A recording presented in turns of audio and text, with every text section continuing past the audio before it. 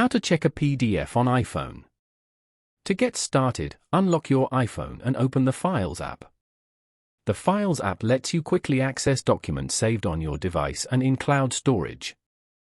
At the bottom, tap on Browse to view all available locations.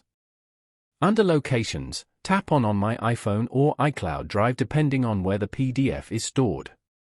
Scroll through the folders, then tap on the folder that contains your document.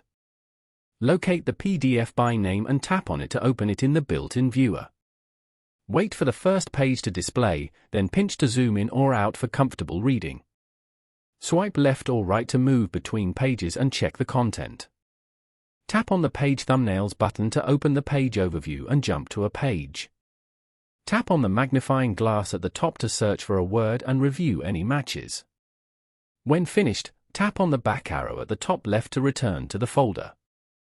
Close the Files app to exit. Following these steps, you can easily check a PDF on iPhone.